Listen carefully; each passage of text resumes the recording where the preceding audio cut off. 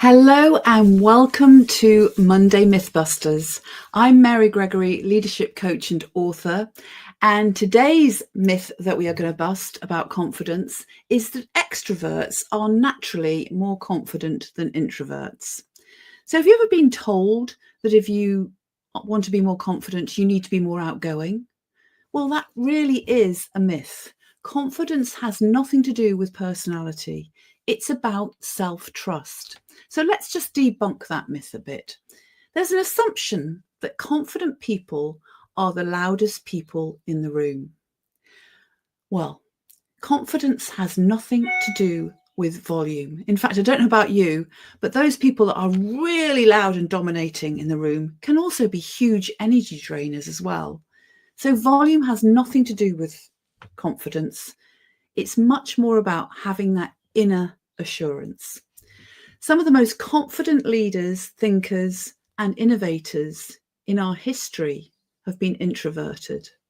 And examples of those are, think about Richard Osman, the TV pundit and author, the late Queen Elizabeth, she was an introvert, and also Bill Gates, the tech giant. All had introverted preferences and all had an innate self-assurance and confidence about themselves.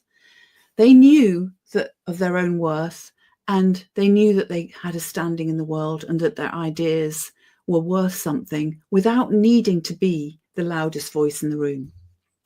So the reality is that confidence actually looks different for everybody. For an extrovert, it might be discussing ideas, engaging with others, and having those conversations. For an introvert, it might be more quietly observing and listening. And both are equally valuable.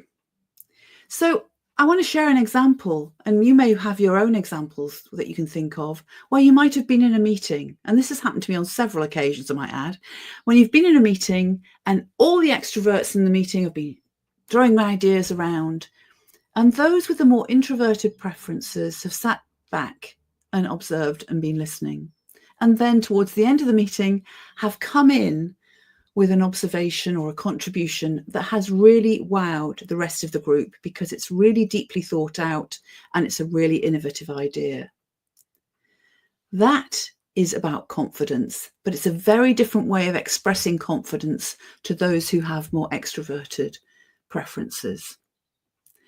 So, as a practical takeaway, whether you're introverted or extroverted, ask, how can I trust myself more? And how can I keep developing my authentic confidence and believe in the way I am and what's important for me in terms of owning my strengths and being confident in myself? And then also think about watching out for any snap judgments that you might make. We're all guilty of that. We're human beings. We all make those snap judgments. Just be mindful of not letting them get in the way. Because just because someone isn't making a lot of noise in a meeting does not mean they're not confident and does not mean they don't have the capability. They may well be able to make a really valuable contribution. So I hope you've enjoyed this conversation this morning. And if you'd like to dive deeper into confidence and understanding the confidence myths, then do join me for my one-day workshop, which is taking place in central London on the 20th of March. On that day, we'll be having all sorts of conversations that help explode the confidence myth, as well as offering you an opportunity to explore your own authentic confidence so that you can go away feeling so much more able with a bag of tools and strategies to help you be authentically confident in your leadership. Thank you so much for listening. I look forward to seeing you next week. Bye for now.